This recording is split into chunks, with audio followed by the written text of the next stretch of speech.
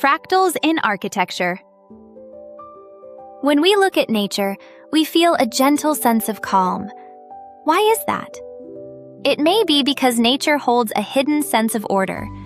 One idea that shows this order well is fractals. Fractals are structures in which small parts look like the whole.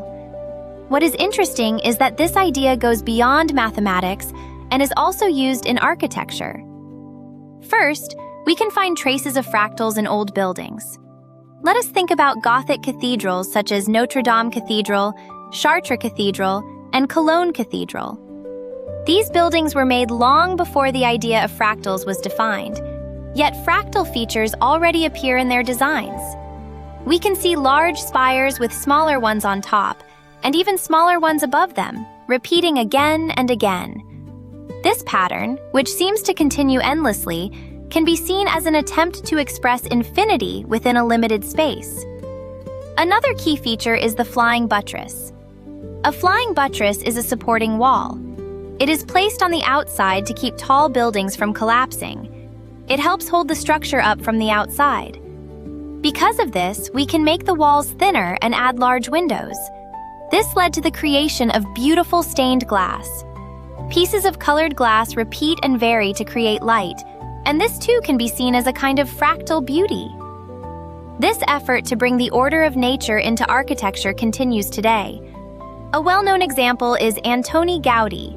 He said, "The straight line belongs to men, the curved line to God," and he closely observed the natural world. Gaudí studied trees, wind, and even animal forms, and applied these ideas to his architecture. We can clearly see these features in his famous work, Sagrada Familia. Inside the cathedral, the columns branch out like tree limbs as they rise. Large branches extend into smaller ones, and those divide into even smaller branches. This structure spreads weight efficiently while making us feel as if we are standing in a forest. If we look closely at the spires, the motifs and windows become smaller at a steady rate as they rise. This is a classic fractal structure, where the whole appears within the smaller parts.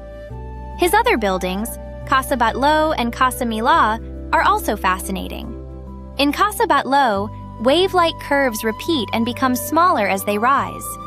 In contrast, Casa Milà looks like one large wave. The railings and wall decorations inside resemble sea plants or flowing water, giving us the feeling that natural fractal forms have been brought indoors. When we think about it, the sea looks flat from far away, but up close we can see countless waves moving endlessly. Within large waves are smaller waves, and within those are even smaller ones. This repeating pattern is also a fractal. Gaudí tried to express these natural patterns through architecture. He believed that the whole is greater than the sum of its parts. Each part may seem unfamiliar or irregular on its own, but when we see the whole, it feels balanced and beautiful. This is what makes fractal architecture so fascinating. The next time we see a building, how about looking for small repeating patterns inside it? We may discover the hidden order of nature that we did not notice before.